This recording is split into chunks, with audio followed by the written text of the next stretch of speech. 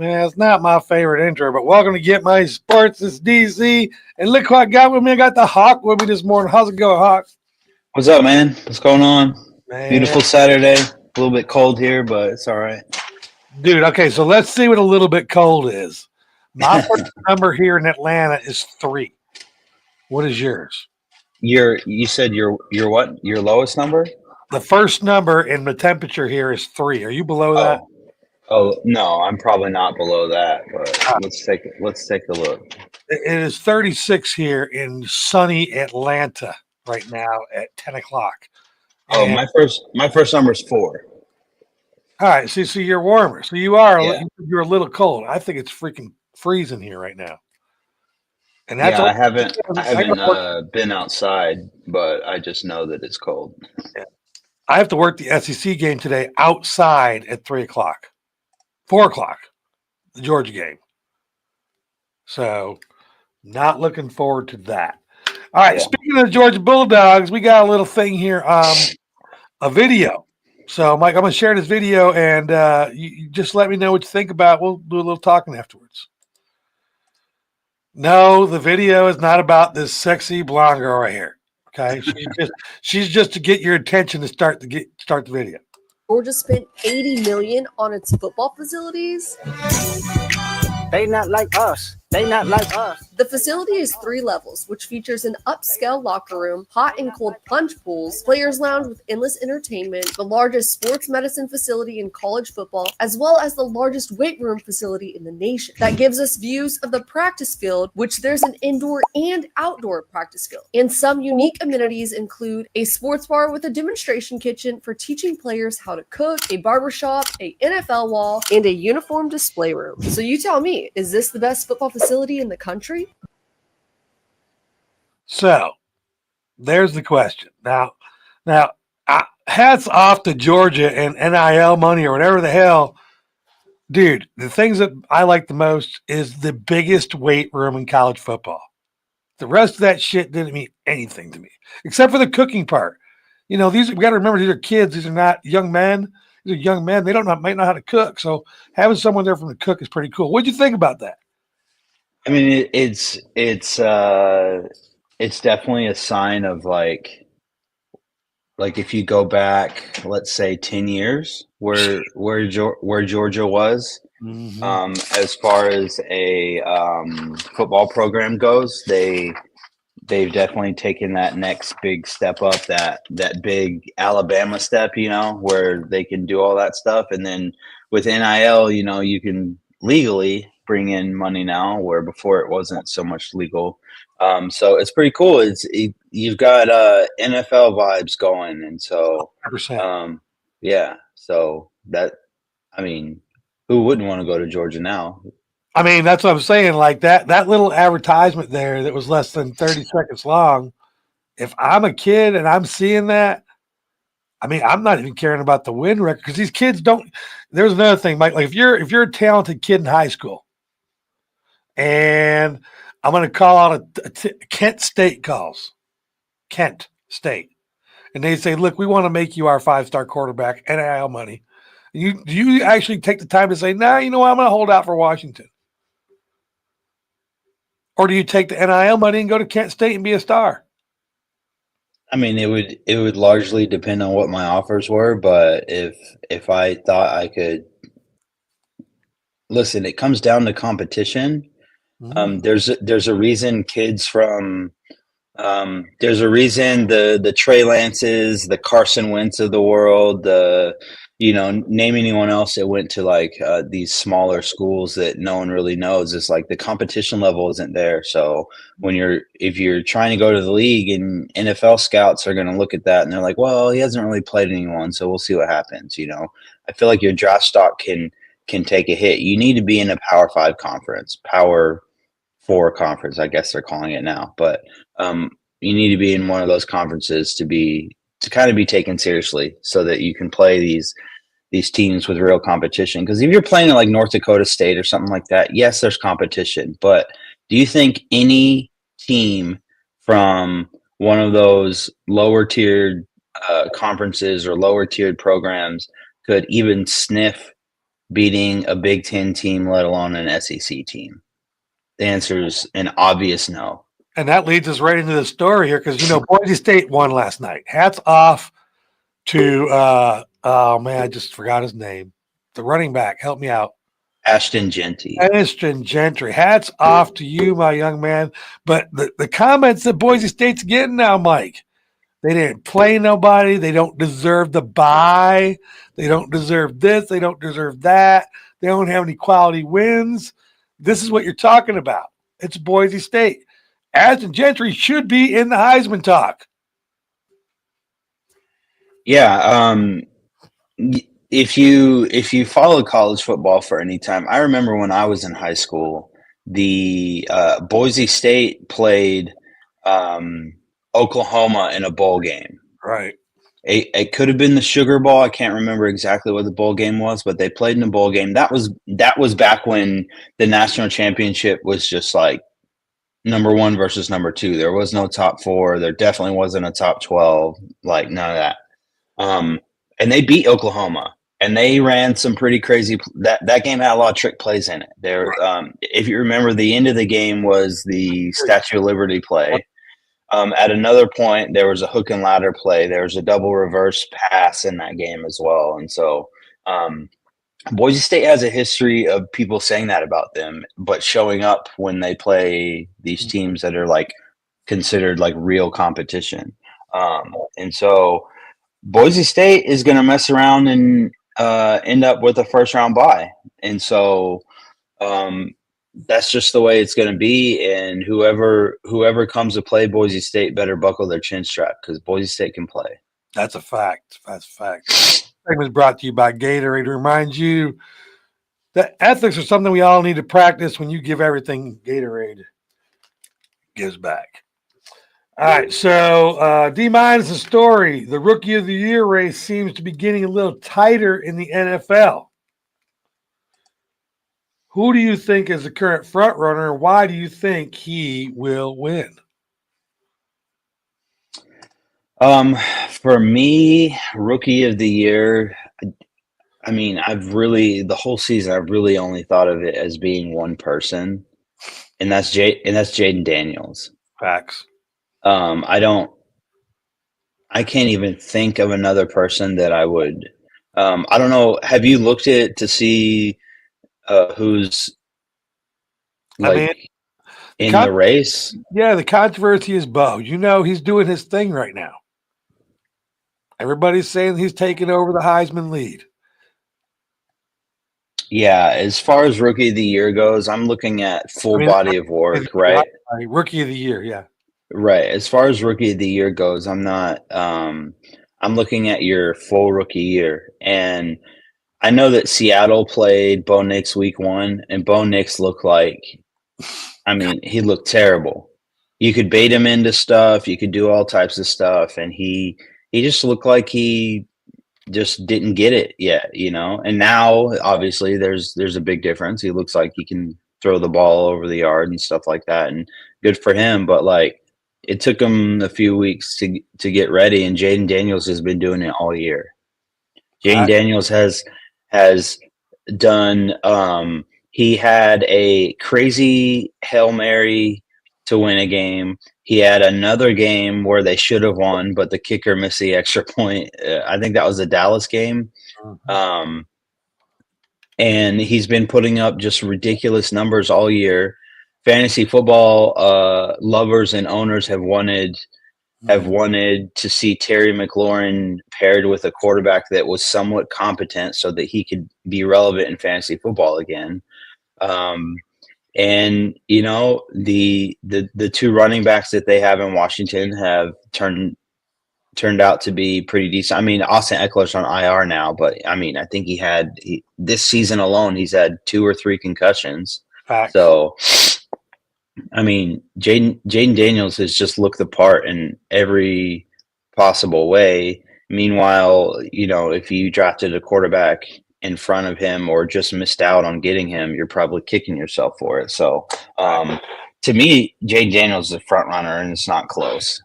Yeah, I think this is unfortunate A race seems to be getting tighter, but unfortunately, I don't think it comes down to if you look at Bo. And here's the problem I got. Okay, it goes Jaden Daniels, Bo Nix, and then it drops to Brock Bowers. To Brock Bowers, who's having a great year on a 2-10 team. You can't win Rookie of the Year on a 2-10 team, can you? No. Okay, so take the number 3 out. Number 4 is Drake May. He's playing on a 3-9 team. Can you win the Rookie of the Year on a 3-9 team? No, because I think the point is that you win Rookie of the Year because you're playing very well as a rookie, right? But like, what's involved in that? This is the same type of conversation that we have with MVP, right? Right. Can you be an MVP on a team that's a bottom dweller or a team that is going to miss the playoffs? I just don't think so because you don't fit the category of MVP. Rookie of the Year, there's a little bit more like leeway there. But the reason that the quarterbacks always win the MVPs or the Rookie of the Year or whatever the award is because they are directly responsible for everyone else's success except for defense, right? Brock Bowers is dependent on his quarterback. Could you imagine if Brock Bowers had if the Raiders had a quarterback that was going to be their quarterback of the future? Aiden O'Connell and Gardner Minshew are not considered to be Raiders quarterbacks of the future. And so do you know he's got the most receiving yards of any tight end this year? Brock Bowers does? Brock Bowers is leading all tight ends right now with most yards. That's crazy because all you hear about is Trey McBride, right? And you hear about Sam Laporta and Travis Kelce and all these people. They never mention Brock Bowers' name. And then at number 5, the 5th ranks, they got Malik Neighbors and Ladd McConkey to tie. Well, Malik Neighbors has been battling injuries all year. He's had concussions, and I just saw something yesterday. I can't remember what it was, but he's hurt, and so he's going to be out. And then Ladd McConkey just came on late, and it's not his fault. I just think that his team didn't. I think his team probably just didn't realize how good he is. But like, if you're a Georgia Bulldog fan, you know everything you need to know about him. He's clutch. He's always there. He's reliable, and so. I've actually enjoyed watching Chargers games since he kind of got going because it's like, I don't remember what game it was, but the Chargers were in like a 3rd and 17, and no sooner than the announcer said, "Oh, he needs to look and see where Ladd McConkey is on this play." 3rd and 17, they pick up 19 yards, pass over the middle of Ladd McConkey. So I'm just like, he's got Spider-Man hands. The kid's got hands. Great hands. So For basically, sure. the Rookie of the Year on the offensive side seems to be a 2-person race, and I don't think the people are on the same lap, in my opinion. I feel like Jaden Daniels has been way more productive for his team, and the games that Bo Nix shined, he wasn't playing anybody. What, he played the Browns this last time, and they had 2 pick sixes. So that's not. And he had a great game against the Falcons. Okay, but these are teams with no defense. Right. Yeah, I don't know. I'm not really on the Bo Nix thing. Well, if you remember back to our mock draft before the actual NFL draft, who was the biggest Bo Nix hater? This guy right here.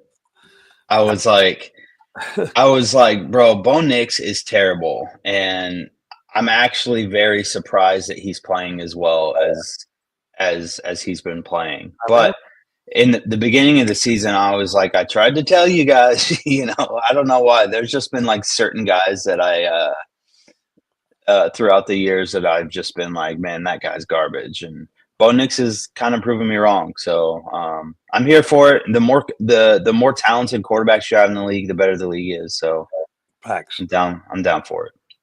I know when it comes to Bo, it just seems like all my Denver Bronco buddies, because I'm a Raiders fan, so all my Denver Bronco buddies will tease me and say, "Hey, aren't you mad because Bo didn't go to the Raiders?" Because the rumor was the Raiders were going to pick him, and Denver slid in there.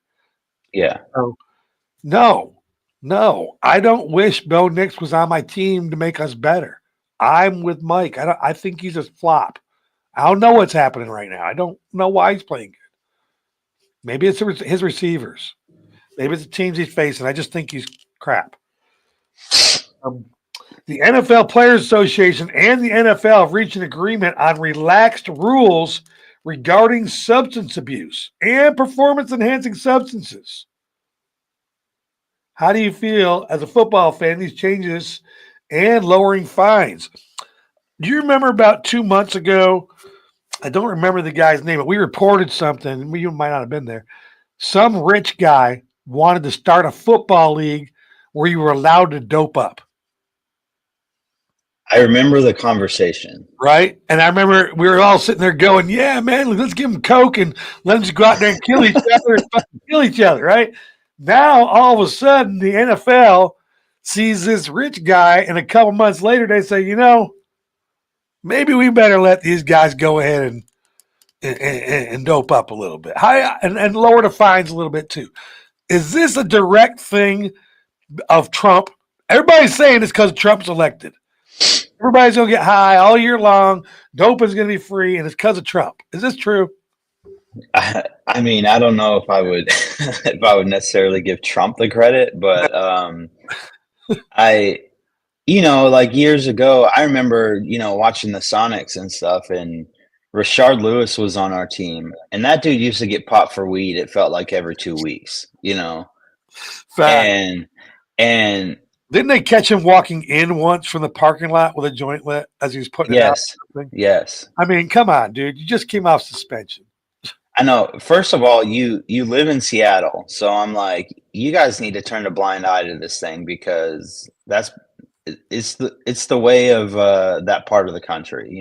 California is the same way. It's like years ago, before these states started legalizing weed, everyone was smoking weed, and they could be near a cop, and the cop would just look the other way, because it's just like, it's the way everyone was. It is what it is. But no, I think it's about time that they relax a little bit, because I don't know if the NBA has outright said, like, hey, you can smoke weed and play in our league, but I'm pretty sure all those dudes are smoking weed. And for all you LeBron lovers, LeBron included, so relax. But the NFL's been like, how many times do you hear about a guy recovering from, like, he had like an injury and he had to get surgery and all that stuff, and he's recovering, and then next thing you know, the following season he's suspended for the first 4 weeks for some type of substance abuse because he took something during his recovery that had some ingredient in it that's on the NFL's ban list of things, supplements that they can't take.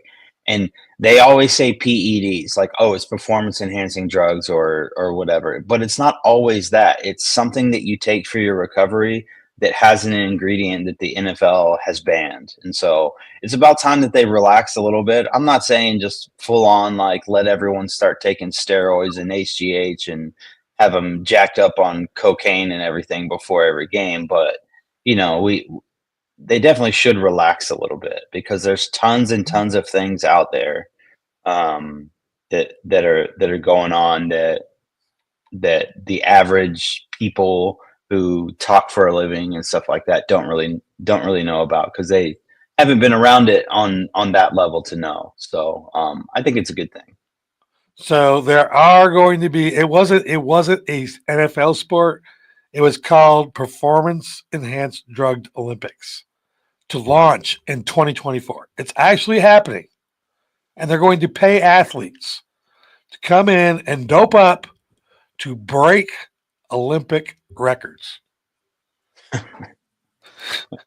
Okay. I mean, a part of me wants to see like a part of me wants to see a guy high on coke throw a javelin or something, No, I want to see him race. I want to see him run. That too. Coke. You already see how fast they are without coke or whatever. Could you imagine if they got on coke and they just ran? Dude, like Usain Bolt with the 8 ball in his pocket or something, Oh, that'd be crazy. Oh man, that's bad. That's really bad. So, so the NFL Players Association and the NFL they both agree on something on the first vote. And imagine that it's about performance enhancing drugs and lesser fines. So basically, the NFL is saying, okay, fuck it, we're tired of fining you guys. You're walking in smoking dope all the time. Just fuck it. Just can you stop? We're gonna lower the fines, but just stop. Or do you think they're encouraging them to go ahead and do it and lowering the fines? I don't know if they're encouraging, but I would say that depending on what the fine is lowered to, the player might be more apt to test the waters. Somewhere in some place, the old Cleveland Browns, Seattle Seahawks wide receiver Josh Gordon is screaming. Oh, gosh. Okay, so the positive TH level was increased from 150 to 350 per the memo. Well, Okay. that's significant. That's more than double. Tetrahydrocannabinol was raised. Let's see. The medical director said that however, failure to comply with a mandatory meeting regarding fentanyl will result in a $15,000 fine. So some drugs went up, some drugs went down. Okay. Fines have been reduced for positive tests. A fine for a second missed test changed from 1 game fine to $45,000. That's a huge change. These guys make a lot more than $45,000 a game. Yeah. The number of missed tests resets to 0 after you pay the $45,000 fine. That's not bad. So Yeah, it used to be way worse than that. You write a check for $45K, you're back to 0. What's $45K to a guy who's making $35 million a year, you know? Players will be fined $15,000 for recording and posting the collection process on social media. So now they're saying, look, we're going to let you dope up, but don't post it on social media or we're going to fine you. We don't want everybody knowing what we're letting you do. And that's it. Those are your changes. That's all the changes. So cannabis use went from 150 milliliters to 3 nanograms, sorry. 150 nanograms per milliliter to 350 nanograms per milliliter. Sounds like a lot. Yeah, I can't say I've delved into that world too much to know all of that. So you don't think it was Trump, huh? Because Trump says he's going to let everybody get high and he's going to fuck the world over. I saw that pretty much, or an AI of him doing it. We don't know what we watch anymore. Because have you ever done an AI of yourself yet, Mike? No. Dude, don't do it. It's fucking scary. Have you? Yeah, I just went and my friend does that shit, and I went over there and he does the shit. Next thing I know, I'm talking to myself, and that motherfucker's smarter than me. Well, he's got the entire internet behind his personality, and he's got artificial intelligence and stuff. So tells me I'm rude all the time too. I'm gonna beat his ass one of these days. Yeah, you should. Can you beat your AI's ass? Yeah, I guess. I mean, the funny part is the AI is supposed to be the pure form of you through internet intelligence. Yeah, well, what do most of us do when we're seeking intelligence? We consult the internet. So good call. Yeah. Good call. Okay, so here's our next controversial thing. This hit on Trevor Lawrence has sparked many podcasts, many podcasts to conversate on whether or not it was a dirty hit. We're not going to do that. Okay. We're just going to go this route. The fair catch. Okay. When you do a fair catch, what are you supposed to do? Put your hand up. And that doesn't mean you don't get hit. It means you don't get hit most of the time. There's sometimes the guys put their hands to the side and they claim it wasn't up and somebody levels them.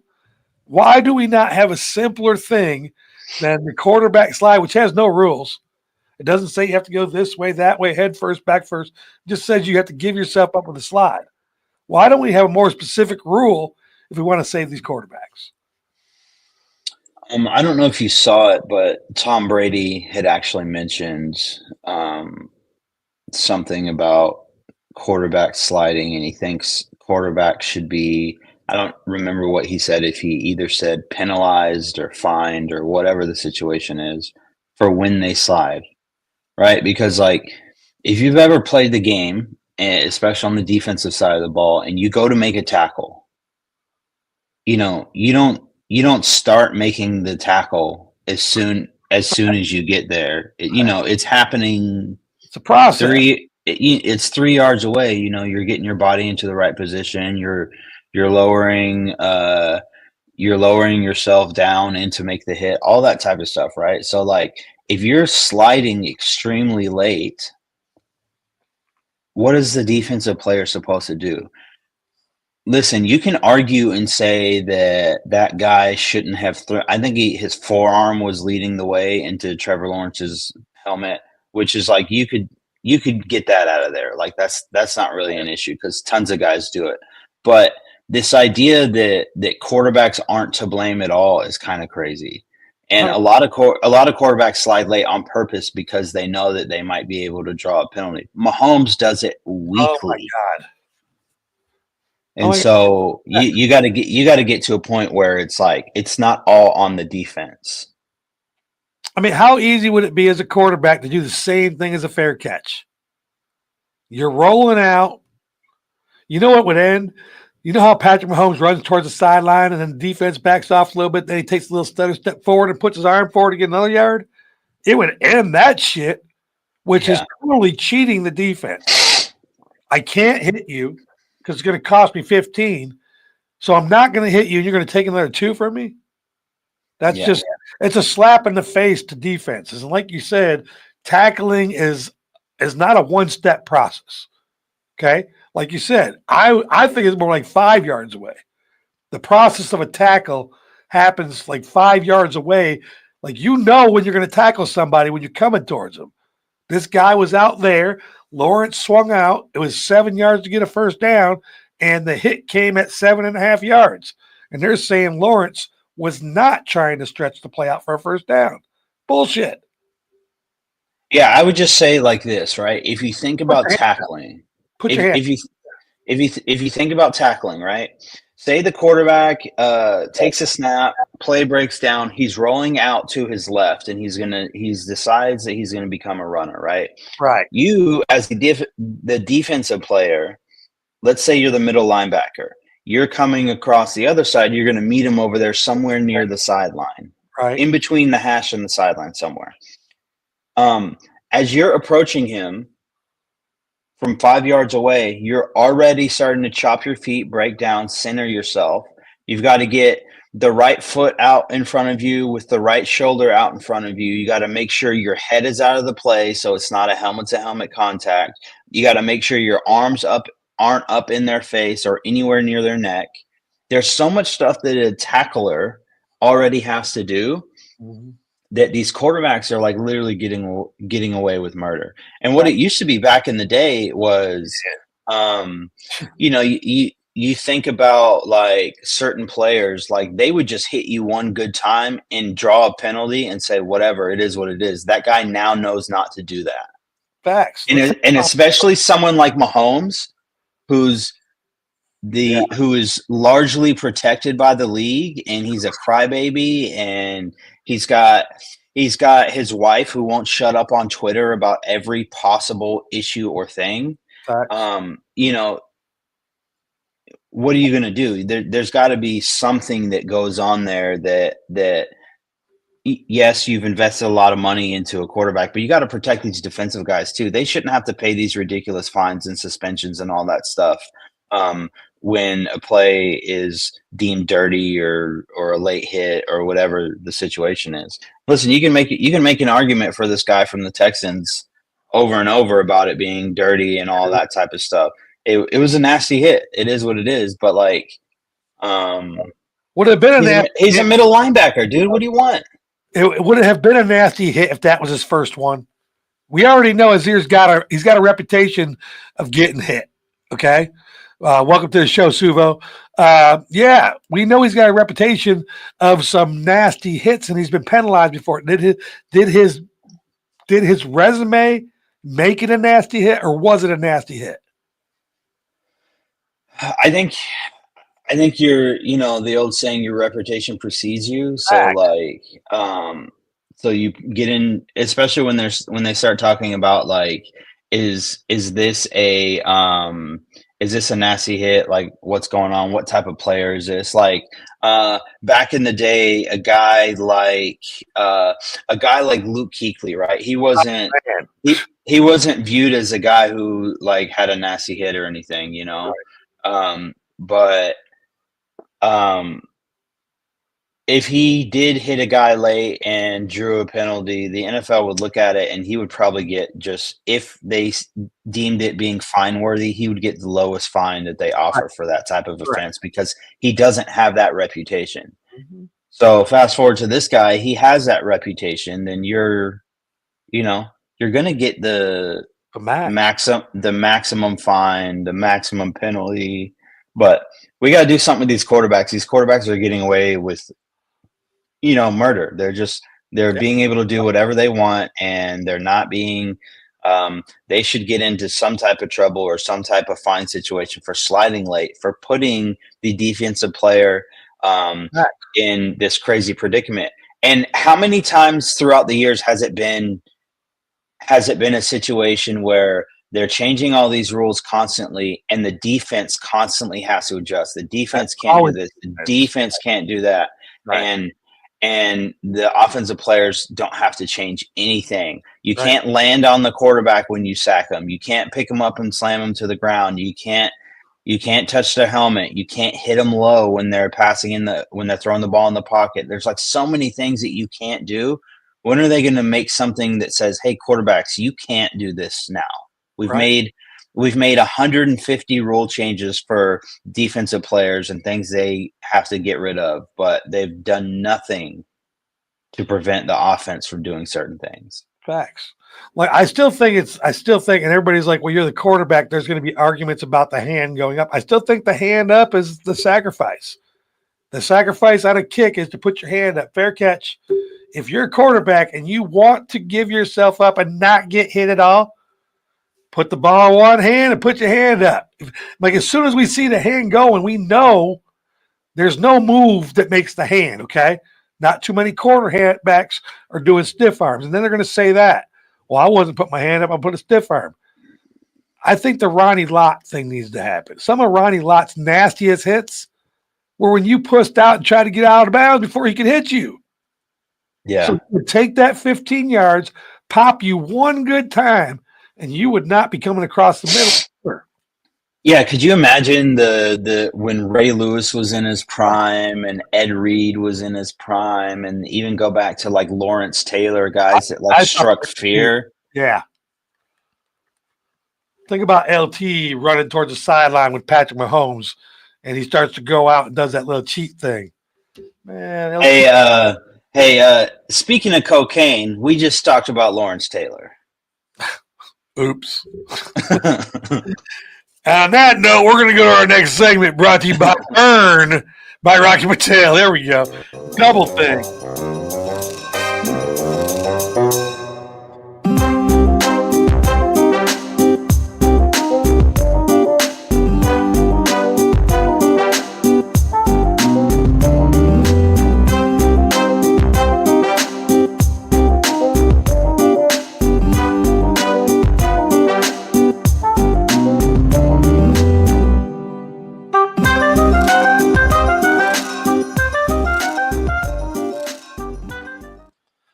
This segment is called Fill in the Blanks, brought to you by Burn by Rocky Patel, located right here in the Battery at Truist Park. Open daily from 4 p.m. to midnight, Fridays and Saturdays till 2 a.m. I'll be going over to Burn in between shows here, waiting for my guest at 1 o'clock. It's cold out, though. I might not even go out there. I'm not going to try to lie. I might not be there. Don't go see DZ over there, because if you show up and I'm not there, it's just cold, man. I'm not looking forward to the cold. Before we hit these fill in the blanks, Mike, Army beat Tulane last night 35-14 to win their first conference championship in 134 years. Ever. The AAC championship, finishing 11-1 with one loss to Notre Dame. But here's the thing I like to hear. You ready for this? In a conference championship game, no punts, no turnovers, no penalties. You know what? There's one word that, speaking of fill in the blanks, there's one word that sums all that up. You know what that word is? What is it? Discipline. Discipline. And the funny part of this, and you said that because of scheduling, and I love when the military messes up. Army still has another game. Yep. They have to play Navy, which it becomes extremely important that they win because they still have that 11% chance of making that dance. Is Army a story? Yeah, because even outside of whatever the team's doing, you always have to remember this about military schools in general, right? You have to be accepted into the military. Facts. In order to go to those schools. Because what happens is most of those guys that don't go on and play professional sports or something like that, they have signed a 4-year contract. And so most of those guys, after they get their degree, they go become a lieutenant somewhere on some Army base somewhere or some military base somewhere. And so it becomes increasingly difficult to put football teams together, not necessarily quarterbacks or like skill positions, but the Army has a height and weight standard. So you go to Georgia and you find a guy that's 385 pounds and can run a 4.7 40. You're not finding that guy at Army because there's height and weight standards. Correct. There's appearance standards as far as tattoos on certain parts of your body. There's hair regulations. Hair can't be a certain length. Look at Army's roster. You're not going to find a single guy with long hair because it's out of regulation. Right. They're all shaved. They're all, so when I say discipline, I mean discipline. There is a discipline. Felonies. You can't have any of those. Yeah. Yep. All these, Tyreek Hill, you got more kids than you have receiving touchdowns this year. You would have never played at Army. But and we'll go to our first one. That was awesome, man. The WNBA named the new Toronto expansion team the Toronto Tempo. And we know when Toronto expanded with the NBA, they got to be the Raptors. But should have named the team the Toronto what, Mike? I went there. I hope you got the same answer as me. I hope. That'd be so awesome. Well, I'm going to save what my original thought was. It definitely starts with a T. Mine too. My original answer started with the T. It's not exactly PG, but I'll say, why don't we call them the Toronto Temperamentals? All right, so I'm telling you right now, I had to look this up first. Before I put this in there, I had to look up, does the WNBA have cheerleaders? Yes, they do. I didn't know that. So There's no need for cheerleaders in basketball, by the way. I agree. I don't understand the cheerleaders in football either, but they're fun to look at. Okay, I get it. Okay. The cheerleaders are there for the same reason football are basketball. So when you walk out, you can go through the little pom-poms. I don't know what they do the rest of the game. I don't know. But they do have cheerleaders. So I think the Toronto team name should be the Toronto Twerkers. Let's go. Let's just put it out there and let these girls do what they want to do. I would love to see a basketball team of twerkers. That would be so entertaining. Not the whole thing. That is insane. Just the entrance and the leave. Let them twerk it out. What's funny is you build this question, right? You ask this question, and this question is just like, let's just pretend we had a panel of 5 or 6 people here today, right? This question, all it's doing is opening the door for men to be dogs, Facts. There's dudes are already Googling things about women that start with the letter T or something like that. They're trying to figure it out. They're like, how can I be the most offensive to women? Absolutely. We should have called President Trump on this one. He probably would have had a pretty good answer. You know what? We can tweet him. Yeah, He tweets. I know that. yeah, he definitely By the way, does. I'm at the station today. I'll give away. Let me make sure the phone's on. All right, the phone is on 678-383-4378. If you call in and you give me a better name that's more male. How about this? If it makes us laugh, Okay. Any name that makes us laugh. But I'm looking for chauvinistic names. Don't come in here and tell me the Toronto Tulips. Okay. We don't want no girl names that actually work. We're trying to be chauvinist pigs here. If you can make us laugh, the Toronto name is currently the Tempo. I think the best name for right now is the Twerkers. You can beat it. I'll get you a free package. So what are you giving away? I'm giving away a B-Fan package. Okay. Okay. All right. You can make us laugh more than Twerkers. Because that's entertaining, I'm telling you. If they pick that up, I want total credit. All I want is a signed picture with me in the center of all the Twerkers. No money. Well, I'm just telling you right now, there's 0.0% chance that WNBA team is going to name them the Twerkers. You sure? Well, women are embracing their twerkiness. Listen, I say that, but when Kamala Harris was running for president and they were having their rallies, she had Cardi B and everyone else up on stage twerking. I'm like, is this politics or is this a music video? What is this? And that's why I'm saying I think women really have embraced the fact that their ass bounces. It's all right with me. I'm okay with it. I think. Yeah, I had a feeling you might be okay with it. Yeah. Remember, the Tootsie Roll came and left. Okay, the Tootsie Roll was awesome when it came out. Doesn't matter what size butt they had, they were Tootsie Rolling it. Everybody, white, black, brown, yellow, green, and then it kind of faded out. Now this twerk came out, bro. They are embracing it. The twerk's been here for like 10 years. I don't think it's leaving. The NFL has released the list for the Walter Payton Man of the Year Award. And the winner this year will be who, Mike? Oh, man. Don't say it. Fuck him. Fuck Taylor Swift, man. You know he's got too much power. No, it's not going to be him, but each team gets a nomination. So each team represents their guy. Yeah. I can't remember who. Tell me who Cincinnati's guy is, because Cincinnati's guy has been. He's one of those guys that just goes out and does his community service, does his nonprofit stuff silently. He doesn't feel the need to tell everyone about it. What is that guy's name? I can't remember his name. But he's been doing his thing. If I wasn't choosing that guy, I would choose. I would just choose a Seahawks guy. I mean, because here's the thing: they're all doing.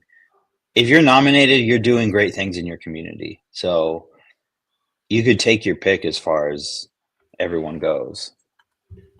So the lists, the nominees. Let's see here. I pulled back. While this is pulling up. Mine's Max Crosby, and I'm a Raider fan, but if you looked at what Max does in the community, plus Max is a badass, man. You got to remember Walter Payton was a badass. Okay? That's what I'm going with. So the representative from Cincinnati is Orlando Brown Jr. Yeah. So this week I actually was looking at – here, let me see. I was looking at some of his – I don't know why, but I saw the list for some of the stuff that he was doing. But he's talking to the youth, and it's about he was saying basically that it's about the differences in the generations, right? We talk about our generation and then today's generation, all that stuff. The big deal is there's always some old guy in your family that says, oh, back in my day, we did this and we did that, but Orlando Brown is focusing on getting fatherless young men, creating a mentorship program, and then working on building their character as young men. Yeah. And I think that is so vital and it's so important because a person with good character drastically affects so many people around them. Also, like a person with bad character can in positive and negative ways. And so, I think if you're working on the character of a person and you're helping them grow and you're helping them mature and just be good-hearted people, that when they become adults, the world is a better place because of that. Thanks. I'll give an honorable mention out to Grady Jarrett here from the Falcons because I live here in Atlanta, so I know I can see what he's doing. His On Fire program is pretty cool. It's ONFIYA. It's for those guys that got bracelets on their ankles. Yeah, they fucked up, but when they get a bracelet, they're trying to recoup. If you get a bracelet, that means you're out and you're getting a second chance. But it doesn't look very highly on those people with bracelets. Grady's got a pretty good program where he's helping those guys get on point, but when they mess up, he's putting them away. So I kind of like, as society, we got to get to a point where, everyone talks about people who go to jail or people who end up with those ankle monitors and all that stuff. They talk about, oh, they need to get back in society and contribute to it and be good people. But like society isn't in a place where they're willing to hire felons or give people second chances. So as much as they're looking for a second chance, they can't get a second chance from anyone. So that's a good thing. Number 1, Kansas never led against unranked Creighton and fell 76-63 at the CHI Health Center Wednesday night because blank, Mike. I don't know if you caught any of that game, but I watched the whole thing. They look dead. Yeah. Kansas shot 37% from the floor. That's why they lost. You can't be number 1 and shoot 37% through a game through the floor. Yeah, but how many times did they bring the ball up court and it just looked like they had no play, no plan? Everyone was playing as individuals, and then they would throw up they would just throw up shots, and you're like, what did you do that for? A couple times you look up, make sure you're watching the right game. That was probably the worst I've seen Kansas look all year. The LA Dodgers have released that their deferred payments have reached $1 billion from 7 players. And the next player they will sign a deferred contract to will be who, Mike? Man, I'm going to say it's a free agent. I don't think it's anyone on their team currently, but I think they'll do a deferred contract for someone that they haven't signed yet. I'm gonna agree with you. I think they've already convinced everybody on the team. I mean, they got 7 players. You only got so many starters. I think they've convinced everybody to change over to deferred contracts that they can on their team. I'm just gonna throw Juan Soto out there. I know Juan Soto's all about the money. I know he's from America. He's from another country. Why not defer my paycheck, my last paycheck, my last contract to my country where I'm gonna go live? You never know. Well, I saw that Teoscar Hernandez did a deferred deal, and his contract isn't that big, but he's going to be getting $850,000 every year. I think it said until 2035 or something like that. What? Yeah, that's awesome. The only thing I don't like about it is this: baseball's always been America's sport. Okay. And I don't like taxes, but I live in America and I work here, so I have to pay them. If you play baseball here, you have to pay taxes. I think if you're going to defer your checks, I think the government needs to step up and say, look, defer all you want, but I'm still getting my fucking money.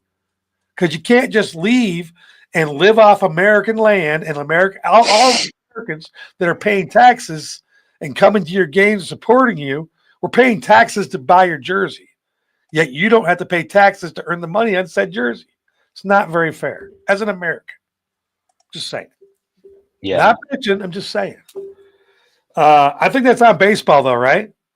Is that on baseball or is that on the government?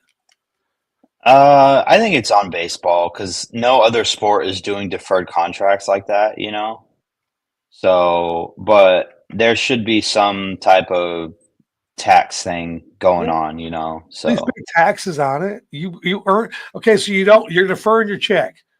But how much would you have made this year? You still have to pay taxes on that.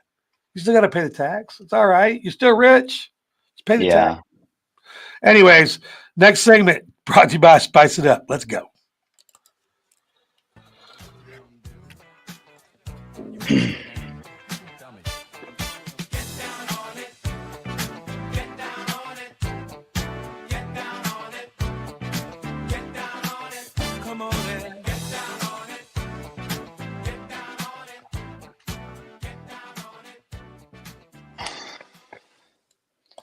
All right, this top five brought to you by Spice It Up down there in Fairburn, Georgia.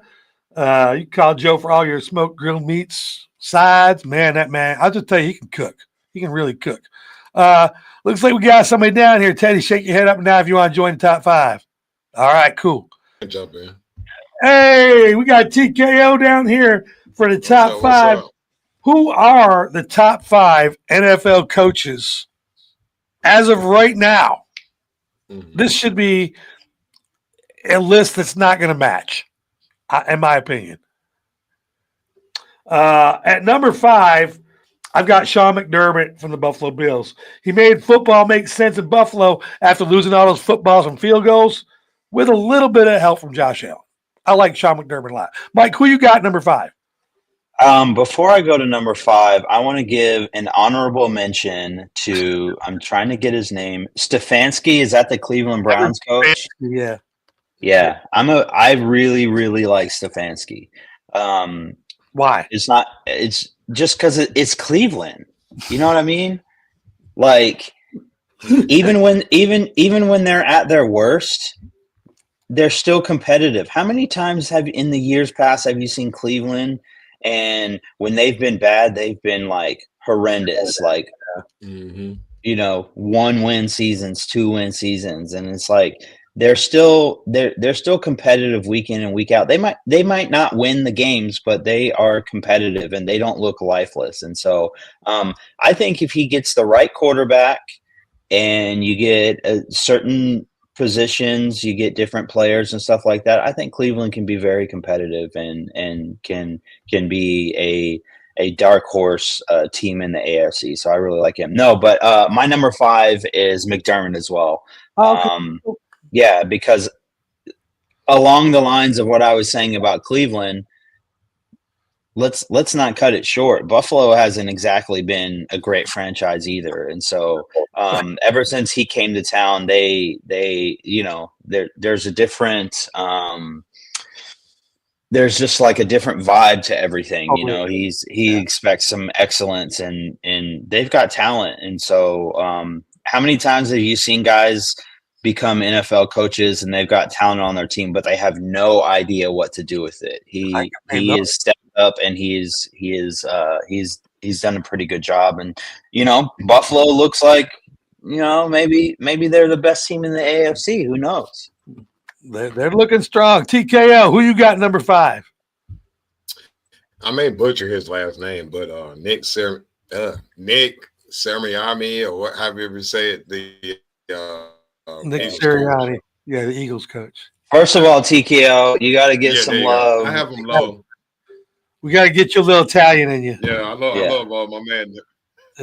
Yeah, when you listen to the Blue Moon Pizza thing, we'll remember to get that Italian in you. Sirianni, Yeah, Sirianni, there we go.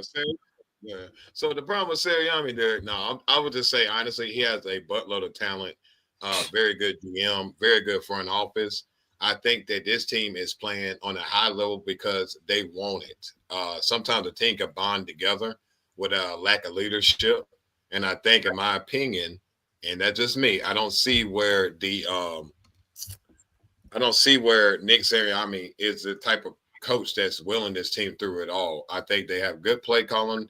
And Kellen Moore, he got the running back to run the plays. He had it with Zeke.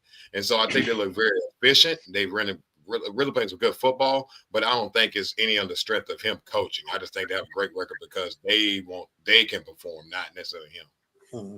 It's okay when you got an alien at running back. Let's be honest there. Yeah. or a mega or a transformer. I don't know what that guy is, but he's Right. not human. He's definitely. And when you look at that, right, and it's like a match made in heaven with that offense. That's the only thing they needed. The receivers played tough. They're a really tough team, especially defensively. They really got way better than last year. And I think that was their biggest problem was their linebacker play and their DBs, and they really stepped it up. So again, I don't think that had nothing to do with coaching. I think that's all front office of how they became. I mean, head coaching, you can still be a head coach with a lot of talent and fuck things up. We know there's coaches out there doing it right now. Okay. So, yeah, I'll give hats off to him. At number 4, and this is going to be one that blows your mind, 2-10. Antonio Pierce came there and did everything he's supposed to do as the Raiders, and I'm going to give him hats off. He's a defensive coach. This is his first year as a head coach. If you remember, he got thrown in there after a firing last year. I like what he's doing with the defense. I think he needs a little help with the quarterback, but I think we're going to do big things out there when Travis Hunter gets here. Who you got number 4? Mike? Number 4 for me, it's crazy because you look up every year and it's the same old story with him. Number 4 is Mike Tomlin. I knew that was coming. How many losing seasons has Mike Tomlin had since he's been a head coach? He's on a consecutive run right now of like 16 or 17 seasons without being below 500. They have since Mike Tomlin has been a head coach, he has never coached a football team that had a losing season. That's crazy. That is wild. And so, can I interject for 1 second? Because I had this debate with a Steelers fan. This was one of the ones that wasn't being respectful. I'm like, so to say that, to say, honestly, it's like almost like a participation award. Does that really matter? If you're not winning when it does count, again, that's great that you're beating up on, again, half the time you're playing teams like Cleveland.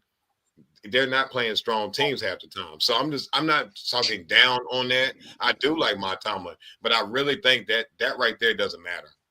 If I'm looking at a team for 10 years and the best you can do is go one game over or you're right at 500, which now with that extra game added, it would never happen again of being a 500 coach. You can't even be that no more. Mm-hmm. So to me, I'm like, what is that really saying? Is it either saying, can you do better or do we need to move on? Because if you're consistently 8-8 for 8 years, then what does that matter? That's not improving, in my opinion. well, I look at it like this, where I understand your view on it, because I would kind of go that route also and have those feelings. But I look at it from a point of consistency. They are consistently winning. It doesn't matter what teams they're playing all the time, but the Steelers are also in the playoffs more than they're not. So that's another mark for consistency. And when you stack onto that this is a team that since Ben Roethlisberger, you have given the football to Mason Rudolph, who was hit in the head with his own helmet. You've given the ball to Kenny Pickett, who was not ready, and you ended up parting ways with, right? You've given the ball to Russell Wilson. And Russell Wilson now seems like he's turned back the clock a little bit. It almost looks like, So I just think that the league and team success is always dominated by your quarterback. Can your quarterback play? If he can't play, you're going to be in a certain category. And if the quarterback can play, then you're in a different category, an upper level. I just think that when you talk about the culture, you talk about the way that Mike Tomlin addresses the media, he keeps certain things in-house. And when guys don't keep things in-house, a la Antonio Brown, guess what? You're no longer on the team. And there are he's a no-nonsense type of guy, but his players know that they care about him, and he wants to coach. Him and his coaching staff want to coach those guys up, and they want to get better. And they've got some real personalities. And it takes a thick-skinned, tough type of person to play football in Pittsburgh. Bottom line. I agree. TKO, who you got it for? It is sad because I'm glad you brought up Mike Tomlin. I thought he would have been on my list, but the more I just heard you say that, the more reason why I wouldn't put him on my list. I just don't see how we talk about quarterback play. You just named 3 reasons why that would even it's the record is one thing, but yeah, Mason Rudolph, you had Mitch Trubisky, right? All that, all Yeah. that guy got going on. To me, no, that I don't. I'm sorry. I love Mike Tomlin, but look at what Pickett's doing this season. He's been the biggest diva so far this season, and then yet, he's been running his mouth almost every game. But anyway, I'm sorry. I'm going with the Green Bay Packers coach, Matt LaFleur. Matt LaFleur. I like, man, since that game against Dallas in the playoffs last year, He's changed. something about the Packers is they on fire. I love that play. I didn't know that Jordan Love would be this good.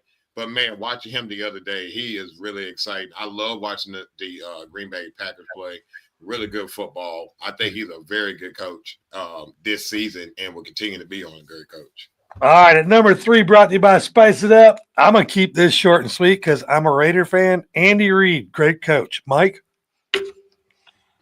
I went Matt LaFleur here because same thing, Mm-hmm. Jordan Love came out of Utah State. Let's be honest. Okay.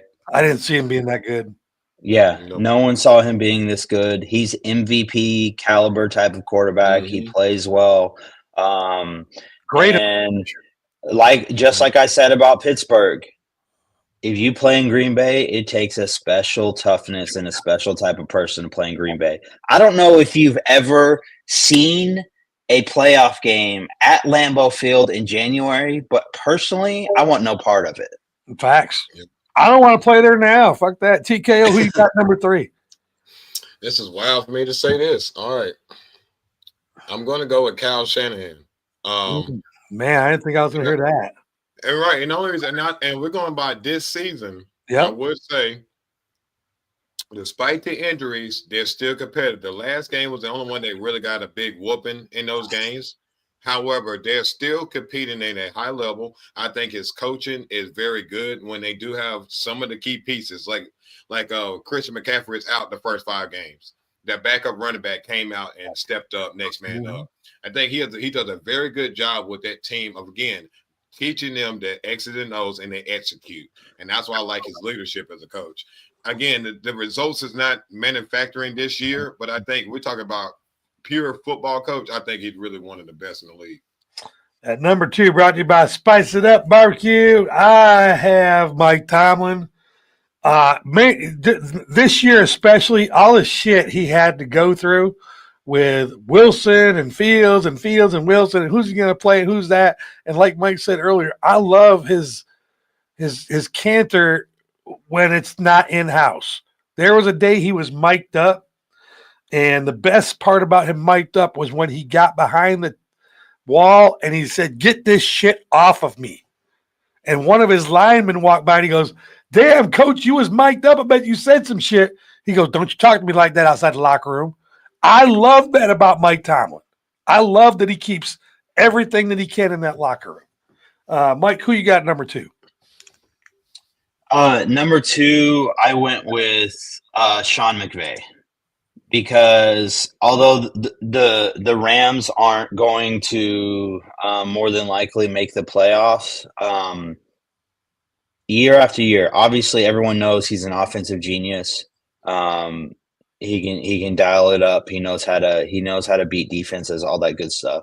But you think he's doping up? He looks a little psycho on the line. I mean, listen, if him and Michael Irvin were in the same room, I'd be real worried. That's all I'm going to say. I agree with you. Just so he's on the sideline, his eyes are very dilated and pupils are bouncing around. Yeah. And when he really gets mad, that vein that comes out of just the right side of his neck, that's weird, man. Why does it come out of both sides when you're yelling? Where's the other vein? I don't know if you've ever seen his Get Back coach. No. The guy that pulls him from the sideline so he doesn't go on the field. Yeah, don't pull me with both hands at my waist, man. That looks real. Pause. Yeah. Plus, he's smiling when I get there. No. Yeah. You get me back to you. I got him back here. Yeah, you did, you little horn. Anyway, sorry, Mike. Back to Sean McVay. I'm sorry. Anyway, yeah. So, like I was saying, he's an offensive genius. Everyone knows that. He can dial it up, and he's doing it with a team that isn't talented. Like Matt Stafford's old. Yeah, he's got Puka Nacua. Cooper Kupp's old. And then a lot of those stars that they had on defense and stuff aren't there anymore. And so they've either retired or they've gone to other teams or whatever the case may be. But like the bottom line is the Rams bought their Super Bowl. They traded Goff. They did. And when they got Stafford and gave up all these picks, they bought their Super Bowl. And they got it. Listen, they got their Super Bowl. Congratulations. Good for you. But like work all the time, you know. But you could put him on, you could put Sean McVay on a bunch of teams. You could put him as an offensive coordinator on any football team, and that football team's better. Facts. TKO, who you got number 2? Wow. What a great audience. I'm going to go with Dan Campbell at 2. I love the man, his attitude. I would love to play for him, man. I love a guy that just so passionate. You can feel it. Like I can feel his aura through the TV. Like the other night, Thursday Night Football, I love that guy. He's what I think a lot of teams need. Like honestly, the Cowboys, not saying they need something, they need Dan Campbell, no. But give me a fiery coach. Give me somebody that's showing passion and they care. Because I can't stand when coaches sit on the sideline. You get paid millions of dollars, and the worst thing you can do is throw a headset down because you're calling the play, and it just magically didn't work because you keep running the same plays. But no, I love all the intensity of Dan. I know those players love Mike to play. McCarthy, I think that was directed to you. I'm not sure. I'm just going to guess. Man. Oh my God. Jesus Christ. I mean, I don't want you to say it. You don't got to say it. You ain't got to say it. I don't want you to disrespect your team. I got you. You can't tell me Harper scores an 80-yard touchdown, and then the next week you don't run no play for him. That's why they just stupid. Anyway. All right, we're going to number 1. Let's go to number 1. Number 1 coach in the NFL, brought to you by Spice It Up. I think it's Dan Campbell, and I wrote down here, I don't like your style of football, but it's working every week. You went for 4th and something 4 times on Thursday night, including with 1 minute and 27 seconds left, telling your defense, nah, y'all stay right here. We got this. Goff almost falls down, hands it off, and they still get it. That football is so entertaining, but I don't support it. But it's working, so you got to be a number 1 coach. Your team loves you because most defenses would have gotten their feelings. What, coach? Kick the field goal. We got this. They don't question him. Like that was one of the questions on the show last night. Did Dan Campbell send a message to his defense that they could not hold the Packers? I said no. No, his defense believes in him, and they do what the hell they're told to do. Mike, who's the number 1 coach? The number 1 coach is the man that needs a wheelbarrow to carry around his nuts because they're so big, and that is, of course, Dan Campbell. Thank you. I actually texted that in the group text. I said that man's got to be. I was waiting. Yeah, expect he never did. I saw someone on Twitter had posted a picture. It was like Dan Campbell, and they photoshopped a wheelbarrow with a pair of nuts sitting in the wheelbarrow in front of him, and I'm just like, yeah, that's Dan Campbell. That man is allergic to special teams. 4th down is just another down in his mind. There's nothing special about it. He's going to continue to run his offense. Who's their punter again? And never heard of him. But here's the thing. People love Dan Campbell because all these gutsy 4th down calls, they make it. But the moment that they stop making it, there's going to be some criticism that comes out, I'm sure. But I like that style of coaching. You know, it's like, yes, you could have kicked the field goal instead of going for it on 4th down in that Thursday night game. But how much time are you going to leave the Packers to go down and either get a game-tying field goal or potentially score a touchdown and you lose the game? But doesn't that say that you don't have faith in your defense? No. Well, I mean, I'm with you. I get that. I mean, I think it says it a little bit, but also like Detroit's defense isn't even Detroit's defense. They're so injured on the defensive side of the ball that it's like they don't even have their starters in. They have their backups in. And their starters were still in that place of like, okay, people are going to be able to score on us. We might be able to stop them a few times, but they're going to be able to score on us. And so I think that's the last thing that Detroit needs, honestly, is is to be a truly elite team year after year is going to be to get a little bit more talent on the defensive side of the ball. And what's crazy is Dan Campbell doesn't call any plays on offense and he doesn't call any plays on defense. Did you know that? Nope. He's got an offensive coordinator and a defensive coordinator. So Dan Campbell's not involved. I mean, he's involved in, don't get me wrong, he's a head coach, but like he's not calling plays on either side of the ball. So he's literally just leading and coaching. That's it. And by the way, he speaks volumes. Coach either. Yeah. TKO. Who you got number one? I do have Andy Reid. I mean, let's be honest. The resume speaks for itself at this point. They're undefeated, or excuse me, one game. To be honest, they're rolling. It's going to be hard to stop them. The only time you can probably see them being in trouble is going to be AFC Championship game and potentially who they see in the Super Bowl. But Andy Reid right now, until somebody knocked them off their throne, I don't see. Plus, he's having fun. You know the thing about Andy, man. He's like at the end of his career, like at the he's at the backside, and he's like, I've already got a resume. Let's see what else I can fucking do in here. Let's see some of these plays he makes up. You're looking at it and you go, that's not gonna. Oh shit! It worked. But I will say really quick about Dan Campbell. I wish more coaches would do that. I really believe sometimes with some coaches, they're so involved in what they want that they can't see the whole game aspect. Your job is game management as a head coach. You should be worrying about the time, the scenarios, not every single play. Like, again, some of these coaches suffer because they only concentrate on one side of the ball.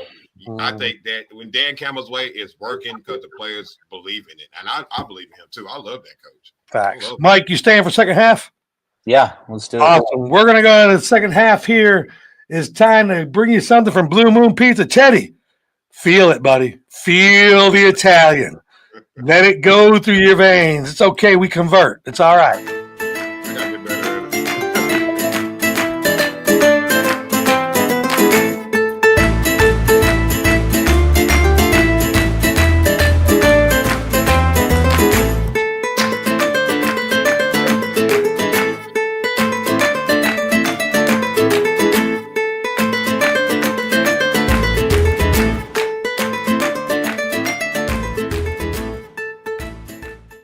This segment is brought to you by Blue Moon Pizza, located at 2359 Windy Hill Road, who specialize in authentic, made-from-scratch menu of pizza sandwiches and appetizers with a classic Italian flavor.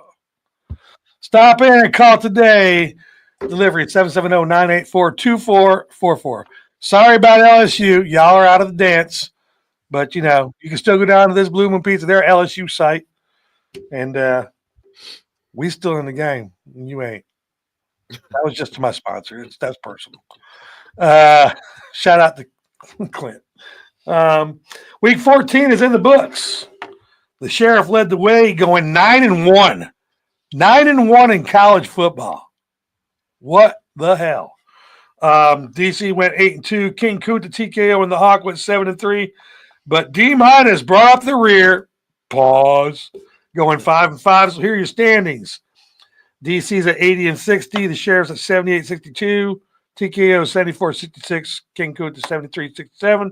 Hawks at 70-70. D-minus still one game below 500 at 69-71. All right, so there's only 2 weeks left, fellas. If you're going to make your records positive or negative, it's going to happen. There's only 6 games today, and then we've decided that we're going to do all the bowl games. Okay. That's how we're going to shake this shit up because, it's tight. There's a couple games spreading out from everybody, and let's have some fun. Because, we don't really win anything but clout. And I won last year, so if you want to get that clout and not make me a 2-time champion, y'all better figure some shit out. All right, so I got their picks in, and we'll go through our picks. I just think we're going to stay right up here on the full panel and see what people are going to do. Penn State at Oregon. Now, before we go into this one, Mike, Oregon doesn't even have to lose this game. So I'm Dan Quinn. I'm Dan. What the fuck's his name? Dan what? Who's up there? Dan Lanning. Dan Lanning. There's too many fucking Dans in football. Dan Lanning loves to do that crazy shit. What if he let Penn State win? Do you know how fucked up the bracket would get? If you go look at the bracket, okay? Penn State's sitting up there with Georgia and a certain bracket over there somewheres. If Penn State beat Oregon, Oregon does not get out. They're not out. they actually still get in the top thing with one loss. But Yeah. what would happen to Penn State? If Penn State could find a way to beat Oregon, where would they go? Oh, Exactly. We were talking about last night on Laugh Out Loud Sports, and you look at the bracket and you're like, fuck. If Penn State, that's the biggest game here as far as shaking up the bracket. If Penn State was to win, it doesn't affect Oregon because they still have the best record but it also makes Penn State the winner of the Big 12 or the Pac-10. no. They're in the Big Ten. So what? So tell me this: Oregon loses today. Mm-hmm. Where does Penn State go? Are they a conference champion? Yeah, because isn't this the conference game? It's a conference championship. Right. So that would make them the Penn State would win the Pac-10. Yeah. Or that the Big 12. It's the Big Ten. Oregon's in the Big Ten, and so is Penn State. It's a Big Ten championship. So Penn State would win the Big Ten championship and get an outright win and a bye because it's one of the Big Fours. Where does Oregon go? At 11-1. That's crazy. Anyways, let's just. Well, I mean, because again, too, I think you got a fair point because let's be realistic. And the way they're doing this, I think even if Penn State wins, right? Let's say that one loss to Oregon, you make him flip the two.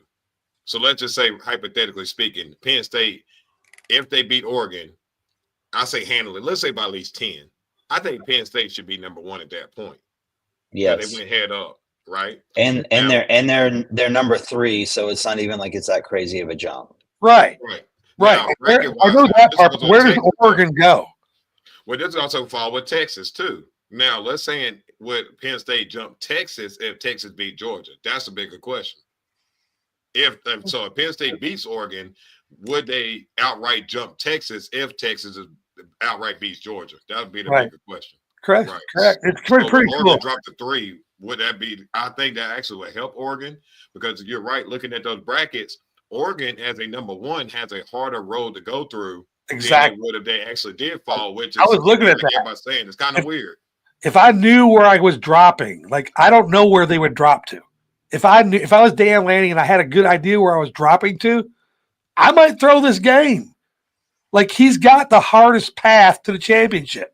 If you look at it. Okay, just throw some chaos out there. All right, let's go to our picks. TKO, you got Penn State at Oregon -4. Who are you going with? Well, Oregon. I just think that Penn State's offense is not there. Their defense is very good, but a team like Oregon, you got to put up points, and I don't think Penn State can turn it on when they need to. Mike, who you got there? Yeah, I got Oregon too. I think they're gonna cover. They're gonna get all the points that they need to get. And I just don't see him losing that game. I also have Oregon. So, on the panel, everyone has Oregon except for Kunta. Kunta believes that Penn State will be all right with the +4 points. We'll go to the next game here. It is UGA, Georgia at number 2, Texas -3. And by the way, you come down to Smyrna Community Center. I'm working the game. I'm be freezing my ass off. I got tons of prizes. The faster I pass my prizes out, the faster I get home, the faster UGA wins. So get down there. It's free. All you got to do is bring a lawn chair. UGA at Texas. Last time, 23-0 at halftime. Is it happening again, Mike? No. Why? I think Texas's defense is playing a lot better. They're flying around. I don't know if you got a chance to watch that UT and Texas A&M game, but they were flying like crazy, hitting the snot out of anyone that they could hit. And I think that Quinn Ewers is gonna. I'm not gonna say he's gonna have a ton of success, but I think once you've seen a team, you kind of get an idea. And I don't think that Georgia is playing as good as they were earlier in the year. I think that Carson Beck was considered one of the top quarterbacks in all of college football whenever the season started, and he's not even in that conversation anymore. So I think it's gonna be close, but I think Texas is gonna find a way to squeak it out. Teddy, who you got? Georgia, Texas. I'm going with Texas. I would say the points is kind of scaring me now. I'm looking at that -3 because it could be a field goal game, to be honest. I think Texas will win in the close one because, yes, Georgia doesn't play very good football right now. However, they do play close games. And Yeah. which I find is it's kind of the heresy is really weird when you look at the next game right here when it's saying the number 8 SMU compared to a number 5 Georgia. I think sometimes it's ridiculous how they're doing this conference because it don't make sense that Georgia is a 5 right now, the way they've been playing all year and the past couple weeks compared to the way SMU been steamrolling some teams and they came out of nowhere. I just think I'm going with Texas. But I just think that is weird. Why is Georgia even 5 right now? It's really weird. I am taking Georgia in the points based on the same thing Teddy said. I'm a Georgia fan, but I really don't think that we're winning this game. I think we're going to lose this game. But I do think the point spread is going to be close, and I think I'm going to take Georgia with the points. So the panel, everybody went with Texas except for me and D-, the 2 Georgia Bulldog fans. I don't know his reasoning, but I do believe this is going to be a bad game for Georgia. You got to show me something. I'm not impressed with Mr. Beck right now. And that's I like to add in too. Worst case scenario, Arch Manning can come in that game and get it rolling. So let's just say. I don't think they're going to do that because when because they should have built out yours. When they did it in the first game, they should have pulled him out that game.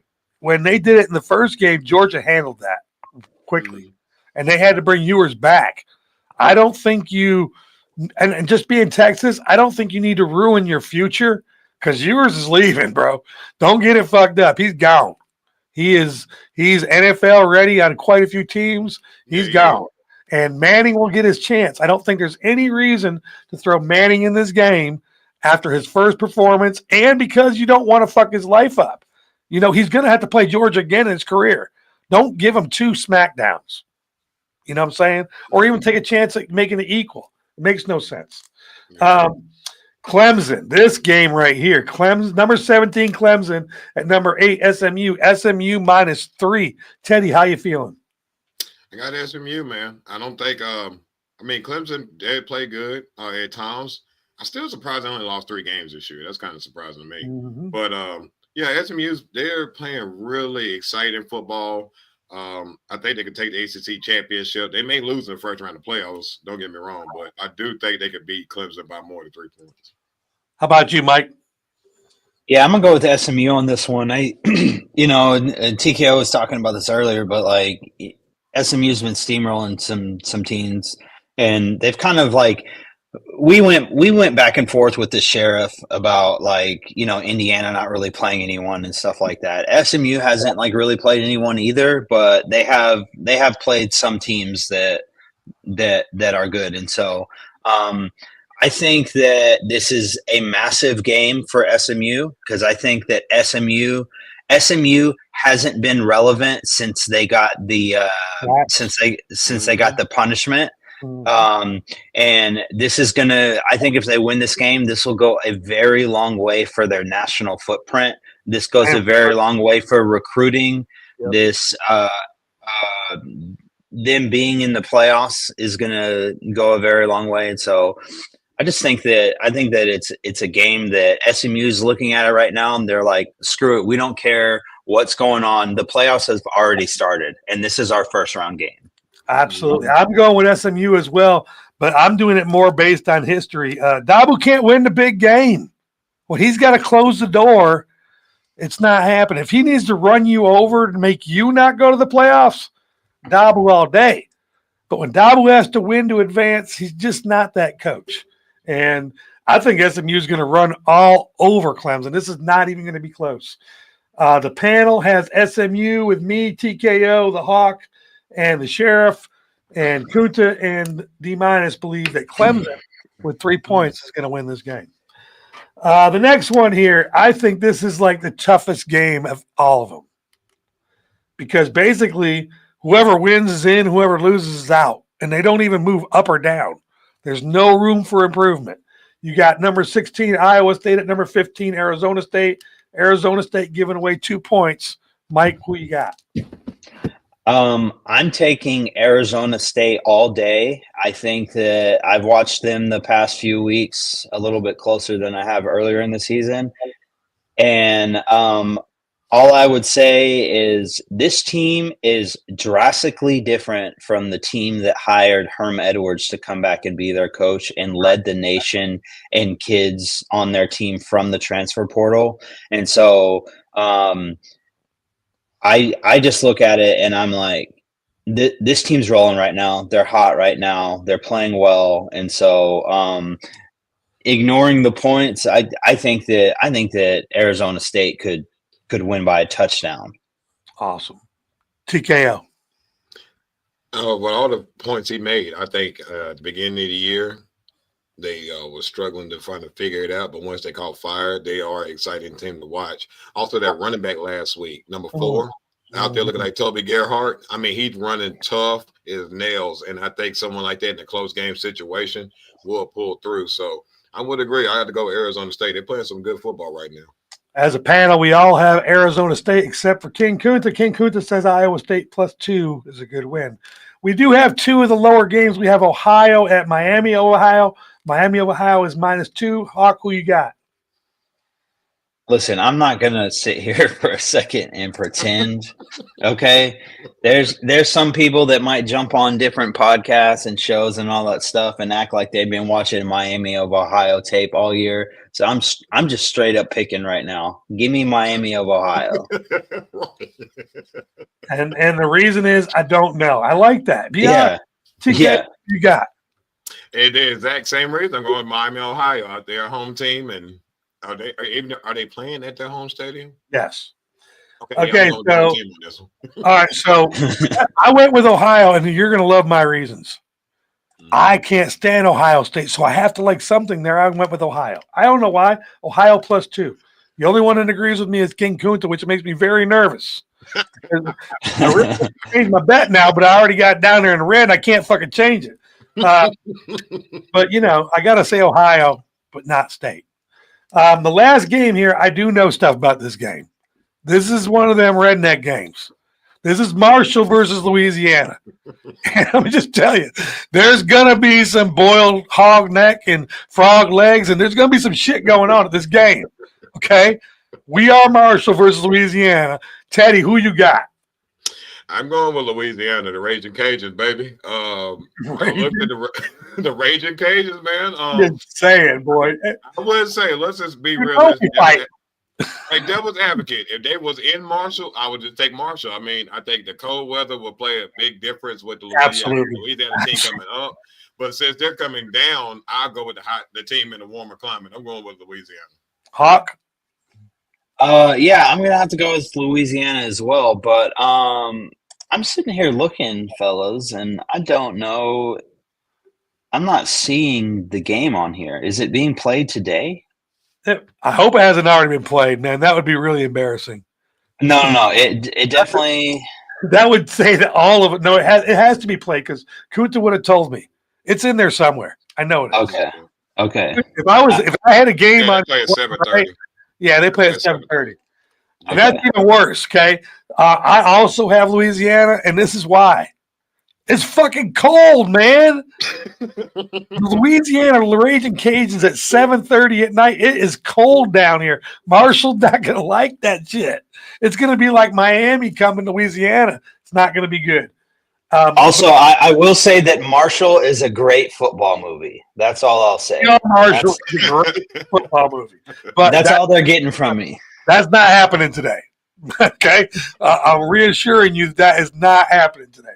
Our next segment is brought to you by Metro Cooling Heating. We're going to have our video for that coming up there next week. We're shooting it actually today. They specialize in cooling and heating for multifamily dwellings. If you're in an apartment, that's right, an apartment, multifamily dwelling, trailer park, we don't really care. If your landlord won't fix the heat and air, Mike is the person to call. 470-694-6225. Again, 470-695-6225. Thursday Night Football saw the Lions beat the Packers in a huge NFC North matchup. Did Dad Campbell send a message to his defense that he did not trust them to hold the Packers by kicking the field goal on 4th and 1 with 1 minute to go? TKO? Not at all. I think that when you look at a team like that, they are one game away and they clinched that by winning that game. So now they have a playoff spot. They're good to go. They're playing against a conference rival. So they're letting them understand, hey, we're going to take it to you any way we have to in order to climb and get to that championship. So shout out and kudos to Dan Campbell. Win and go home. I think the problem is if we look at a team that was struggling and they only had 2 or 3 wins, and yet they go for something like that in the 4th down, then we'd be congratulating them for trying something, because again, the season is lost. However, I like how Dan Campbell's mentality is every moment counts, every moment matters. Because it's realistically, if they would have missed it, I think that was around the 35. Now, yeah, you gave your defense, you gave your offense, or their offense plenty of time, which Love was just moving the ball down the field very well. But I would say that, that defense, they stood up at the right times. And also the way the Lions are running that ball, it's hard to stop them. You're going to have real tough front 7 or 8 in those plays like that to really stop them. So let's be realistic. If Goff wouldn't have tripped, they probably would have ended up scoring a touchdown. Because I seen that play. He was about to step to a way to go breaking a tackle, getting in the end zone. So to say, if he didn't stumble, that probably would have turned into a touchdown. But I agree with you. Dan Campbell makes football very exciting. I don't think he sent any message to anybody. Nobody. I think he sent a message to the Packers that you don't know what I'm going to do, and that's the way it's going to be. I don't want you knowing what I'm going to do at any time.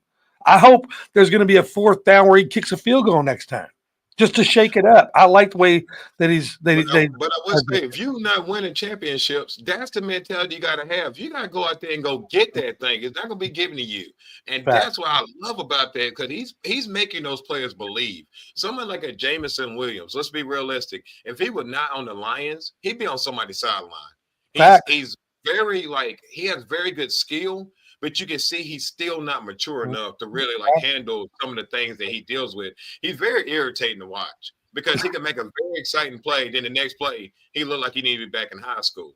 So for someone like Dan to keep giving that man opportunity after opportunity, which may bite him in the ass, I want to be realistic. I think after this season, he may want to try to move away from him. But the other players on that team, they got to go out there and get that championship. So give me a coach like that any day of the week. I love that. How about you, Mike? I don't think it sends any type of message, because what was the end result? The end result was he ended up getting a little bit closer and kicking the field goal anyway. You know what I mean? Why put the defense back out on the field if you don't have to? If you could run this 4th down, get this 1st down, blah, blah, blah, whatever. And then waste a little bit more time off the clock, because the reality is Dan Campbell is looking at it from a full game perspective. And that perspective is the fact that Green Bay's been moving the ball at will the whole game. Mm-hmm. And they had leads on you at a couple of different points in the game. So do you want to kick the field goal right here and give a quarterback who's playing very well and has already proven to move the ball on you at will? You want to give him 45 seconds to move the ball? I personally don't. I got timeouts. I'm going to run this thing, get this 1st down, eat some of this time off the clock, kick the field goal, game over, Totally agree. 100% agree. On Prime, I love that feature they have that somebody pointed it out, that enhanced feature that they have, where it's like you watching it and they're showing the play and how when somebody moves anything. That's how football literally should be viewed now. That is so dope. I really think that was made for you. And be honest with you, I really think that has a lot to do with that Taylor Swift thing. They know women are watching football now and children, and I think they're doing that descriptive stuff for the side there to keep women and children from asking what that play was called. You can educate by watching the side. Like my girl, she watched that side thing. She goes, "Oh, that's what a reverse looks like." Yeah, I love it. I think it's really smart. I would also say that with the NBA and their media rights deal, they're signing with Amazon, and so you can expect some of that stuff to come to the game of basketball as well, which will be really fun. I don't know. I don't know if basketball will be as fun because they're not playing defense. Couple teams will. I would love to watch Boston on Amazon and show the plays that they're doing. That would be entertaining. But there will be some. It may not look the same, but they will find a way to use that technology that connects with the basketball audience. Week 13 is in the books, and TKO, I'm gonna let you know. You see this, you see it there. Mhm. It says, "Do the Did You Strike skit." I'm gonna let you know you got out of a joke today. You were going to be pranked today. Okay. Okay. Because in bowling, there's a team thing. Okay. And when everybody strikes except for one person, the last person that strikes walks up to the group and he goes, "Hey, Mike, did you strike?" And then Mike will look at me and he goes, "Yeah, I struck. Did you strike, Dave?" So what we were going to do was I was going to go, "Hey, Mike, I hit the par last week. Did you hit it?" And it was going to go all the way around. And then when it came to you, and then Derek was going to go, "Who didn't hit the parlay?" And everybody's going to go, "Yo ass." But you got out of it. So last week, everybody hit the parlay except for Teddy because Teddy picked the Falcons. Yeah. That's it. That's the only reason. Yeah. Was that the Charger game? That's exactly right.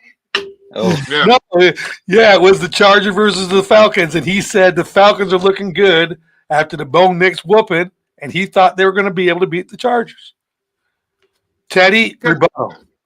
Because the Chargers, it wasn't even that good either. Kurt, I think Captain Kurtz, whatever special juice he was drinking, it looked like it wore out. Because It's over. It's Yeah. over. the bottle's empty. It Picks finally in tapped out. 3/4, man. 4 picks in 3/4. That's crazy. They Yeah. had to bring Penix in. That's terrible. Yeah, that was his worst game of the year up to that point. I mean, again, the Broncos game was rough, but that also was a lot to do. The defense giving up a lot, but offensively, that's the worst game he played all year. So Facts. This week's Monday Night Football game has the Cincinnati Bengals coming to Dallas to face the Cowboys. Teddy, will the Cowboys continue to ride their new win streak? All right, let me think, because I did look at it. Joe put up 400 last week or 300. The Bengals are definitely due for a win. That's without question. They're due against any team right now. So picking them, it's like you can't go wrong because they're going to beat somebody. I would say that, let's be realistic. I think Dallas could possibly lose this by probably 10 points. I just don't. It goes back to it again. Play calling. If Mike McCartney doesn't be aggressive and start throwing the ball down the field, then we have no chance of beating nobody. And I think the past couple of weeks, since Dak hasn't been in there and Cooper is just literally throwing it to whoever's open, we have a shot. Because Dak don't do that. I mean, last week, there's some plays sometimes. Yeah, Cooper just getting the ball out of his hands. And I think that's a I saw some numbers last week that I didn't even know we were on your team. I didn't know you had a receiver that was named number 81. I didn't know who that was. But I like that because at least now, right, you're not just stuck on throwing it to CeeDee Lamb. Well, CeeDee is so terribly banged up right now. But I would say defensively, if Diggs is back, we may have a chance. I don't care how banged up he is. You can't win without CD right now. He has to be on the field. That's true on you offense. Yeah, definitely on that. Yeah. You can't rest him because then there's no threat. Yeah. I would say. Oh, you know who 81 is? I was like racking my brain. No, it's the dude. It's the dude they traded for no reason, Jonathan Mingo. Yeah, Mingo, that was it. And Mingo's getting catches, and you're wondering, who the fuck is Mingo? Where does this guy come from? Came from Carolina. You mean one catch? They threw to him like 10 times. He got one catch. So let's correct that. That's probably why he got traded. Yeah, he ran a slant pattern. Cooper put it right there on him, and it was a pass interference. But dude, both your hands on the ball, he still dropped it. I'm like, bro, this dude. I see they're trying to. I think Jerry sees like he needs a bigger receiver, I guess, for the red zone. But he ain't it. He ain't or a bigger tight end. One of the two. They definitely need something for the red zone. All right, let's get in these picks here. Just so y'all know, King Kunta's on 4 weeks in a row hitting the parlay. I'm happy about that he's not here to brag about it, so we don't have to listen to that shit. But congratulations, Coont. You're on a hot streak. I found out another thing. We play on this app called MyBookie.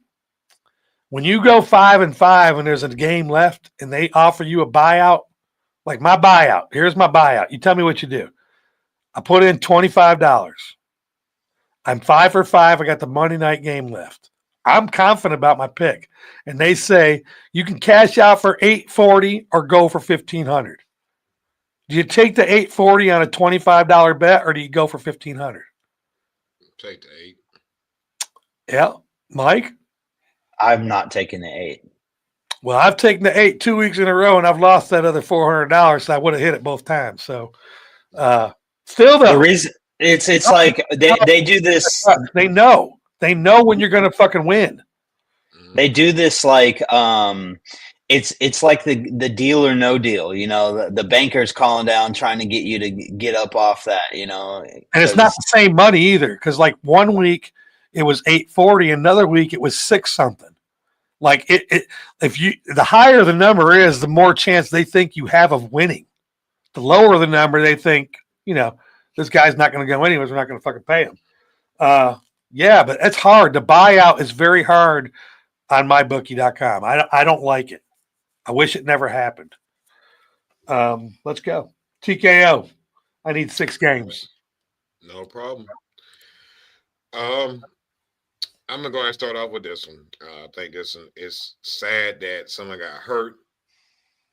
Trevor Lawrence last week. That was a really bad situation. So I'm gonna go with the Titans on that, only because again, I don't see the Jaguars really kind of persevering through any of that. So I'm going with the Titans. I got the Buccaneers to beat the Raiders. Raiders is a team that's due for a win too. This is one. No, we're not trying to win. No, due for a win. I ain't saying it's gonna happen, but you know what I mean. We're not the Texans. We know when to lose when we get number 1. We're not fucking winning no more. Now we better lose your head coach in the process, because I like Pierce too. But we're not gonna lose him. I hope not, man, because I already got that feeling they're gonna go ahead and let him go with this, because Brady loves it.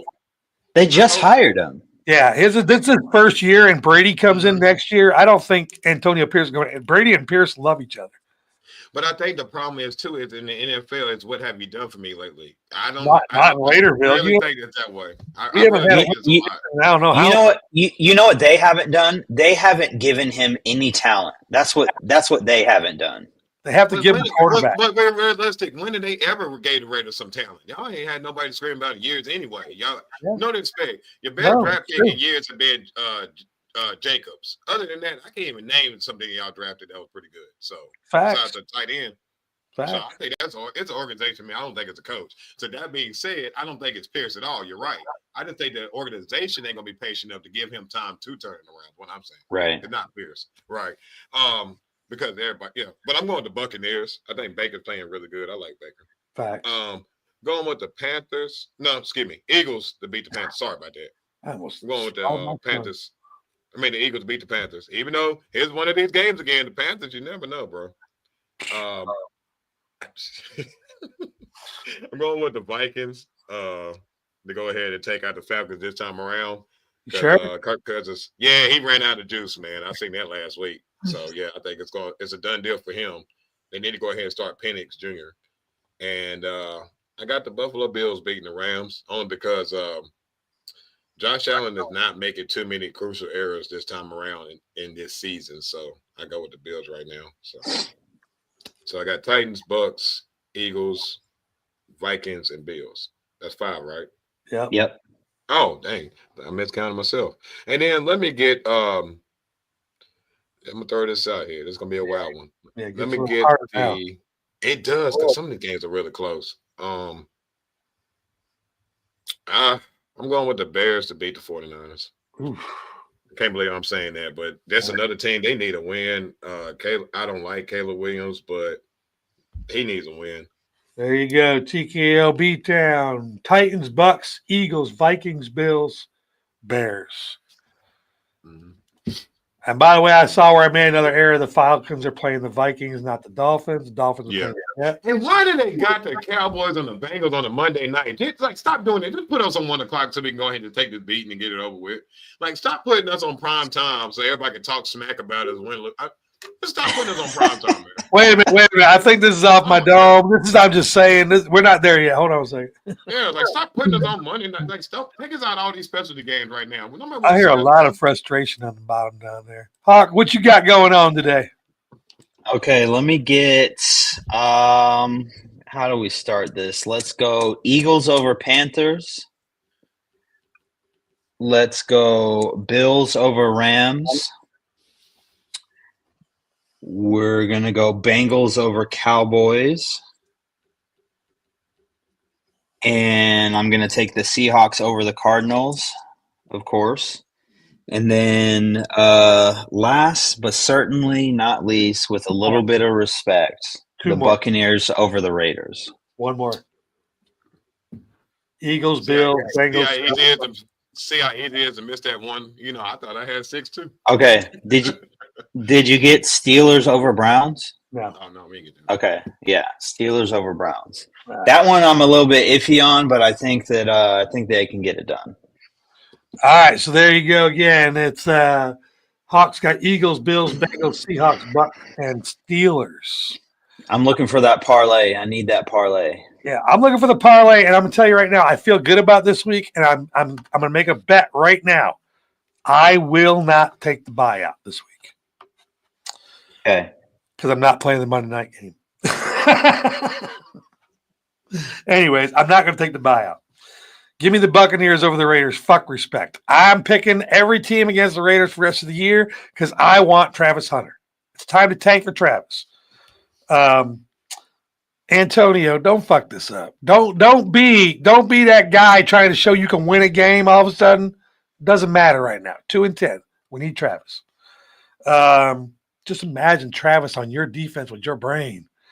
Give me the Dolphins over the Jets. Give me the Eagles over the Panthers. Give me the Vikings over the Falcons. Give me the Bills over the Rams. And lastly, I'm going to go with Mike, and I'm taking the Steelers over the Browns by 1. All right, there we go. Really quick before we get to this, because I like how we do talk about the Cowboys from time to time. Let's have a moment for the Raiders, if you don't mind. Just a quick second. I know you keep saying Travis Hunter. The real question to me is that when are y'all going to go get a quarterback? You need this is a quarterback league, dog. And I just think that you're going to let another year slip by without having a number one quarterback. So defense, you can play it all day long. This ain't the 2000 Ravens football team, okay? We really got to look at what quarterback are you guys getting? Because we're going to get one of the second Travis Hunter. See that's let me ask you this, Kate. On that same note, coming out of college this year, name me 5 quarterbacks that are ready to go right now. With y'all position, you don't have to name 5. Y'all are number 1. So I understand that. Name me 5 that are ready to go. I can't name you 5. You're absolutely right. I don't know one quarterback that I could set right now. I do. Yeah, I do. Yeah, Shador. Yeah, no. He's not ready. He's not ready. But that may be true. I would say maybe he's not ready. Cam Ward. Maybe Cam Ward. Everybody else is undersized and not ready.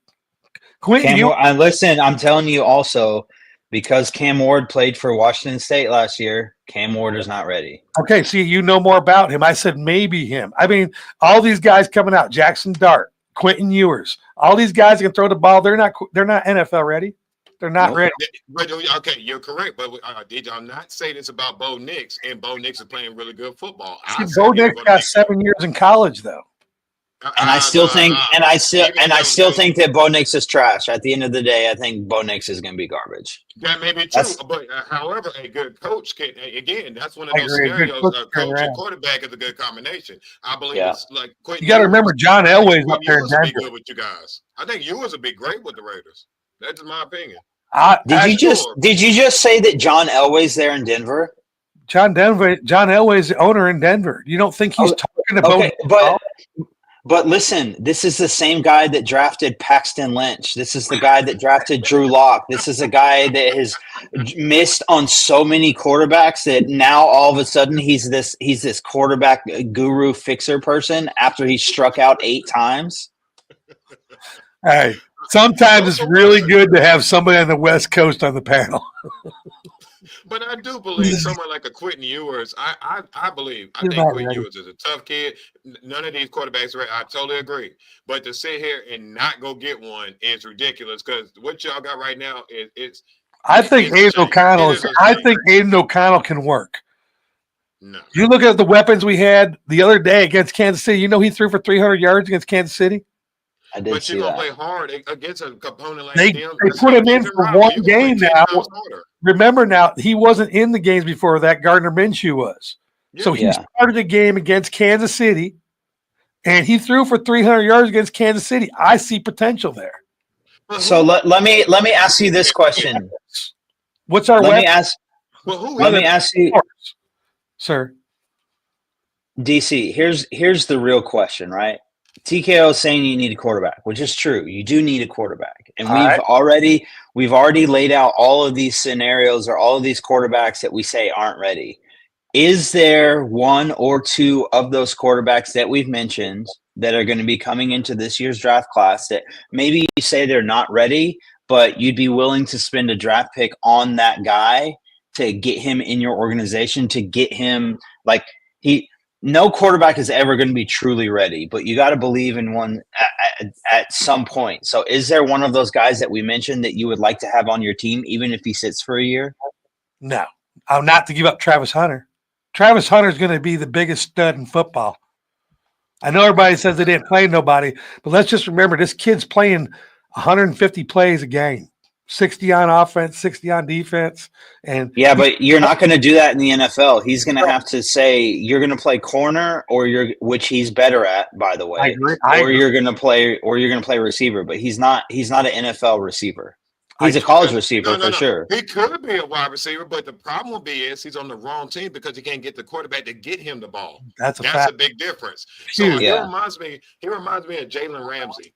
Jalen Ramsey got drafted by the Jags. 100%. They wasted 3 good years on a great player like him, and then they finally got to the playoffs that one year and made some noise, made to the AFC Championship game. So to me, that's a Travis Hunter scenario. He's a very good kid, and yes, he's the most talented player out of everybody.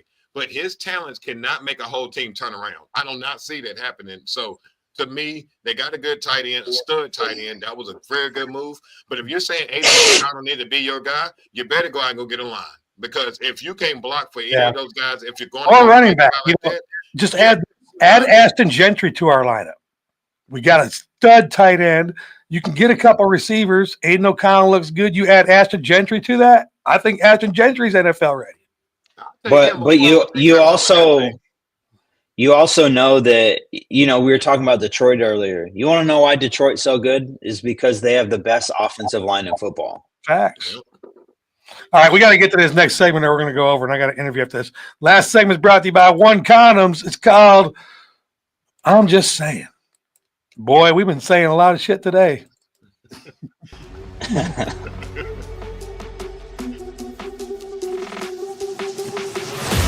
I don't have any of my pops with me on that.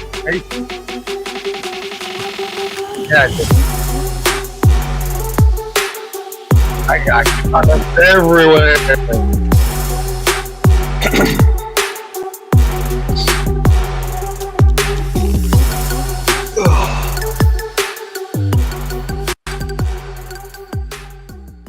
This segment brought to you by One Condoms. They have 10 lengths, 9 girths, and over 60 sizes. Download the fit kit from the website, print it out, cut it out, measure your shit, get the perfect size.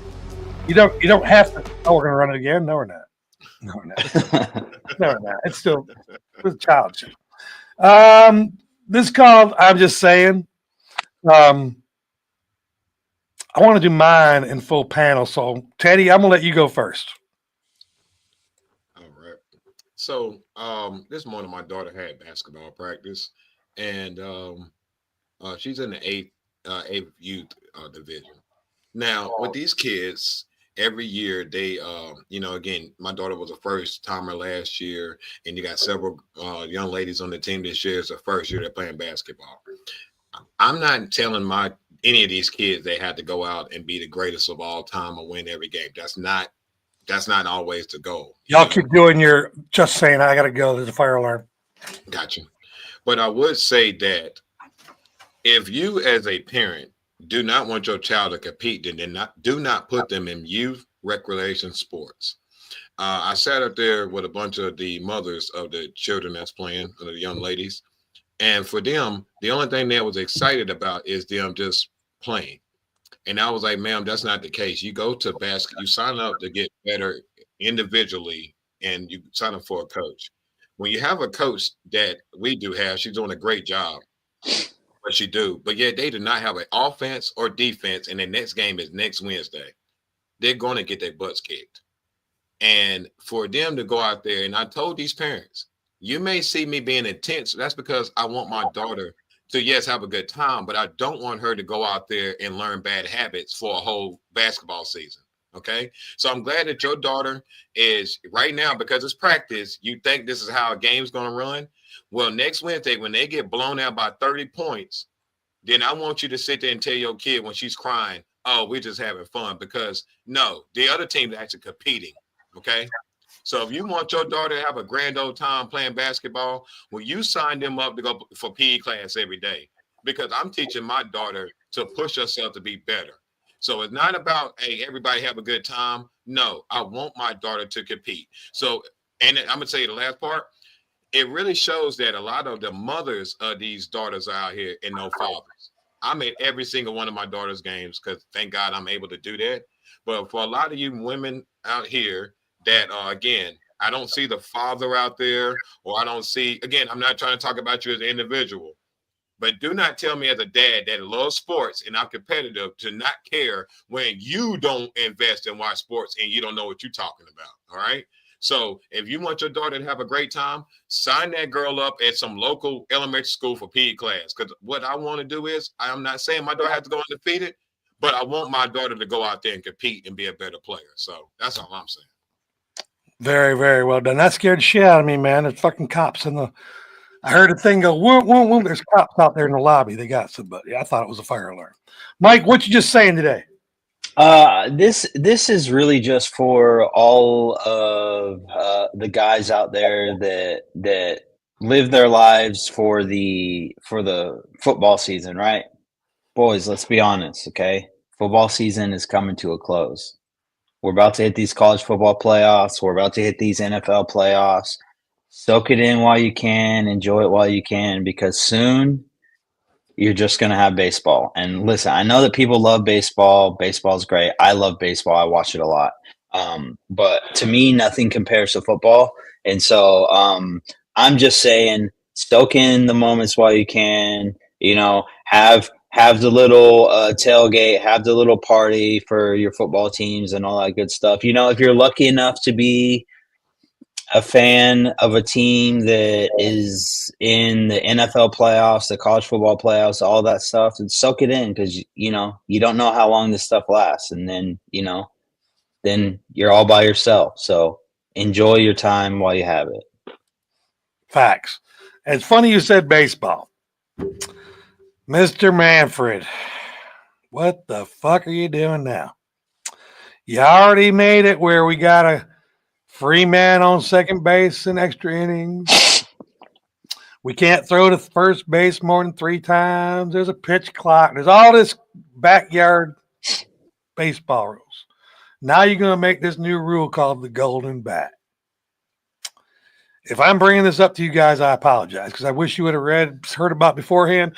But the golden bat rule says that each team in one game's time gets a golden bat where you can take anybody you want, send them to the plate. So scenario, it's a 9th inning, bases are loaded. And I'm not going to say one of the big names like Ohtani or Judge. I'm just going to say a name like Arozarena, the guy that bat over 300. We're just going to keep it at a base hit. He comes up to the plate with bases loaded, 1 out, and you strike him out. And the fans go wild. And the manager walks out and says, golden bat rule. And you got to face that motherfucker again. You can use the golden bat rule anytime you want. You can use it right after a man gets out. You can let Ohtani go up there, swing 3 times, strike out, and go back up there and get 3 more swings. Mr. Manfred, please leave baseball alone. Please. The golden bat rule is one of the dumbest shits I've ever heard. This has been Get Money Sports. I better get out of here because there is a police officer staring at me right now. You're not here to take me anywhere, are you? Okay, cool. He wants me to leave, but he's not taking me. So this has been Get Money Sports. I might be here at 10 o'clock next week. I might not. We'll see y'all. He's big, too. He's a big guy. You don't play for the Louisiana Raging Cajuns, do you? I heard you. You know who made him.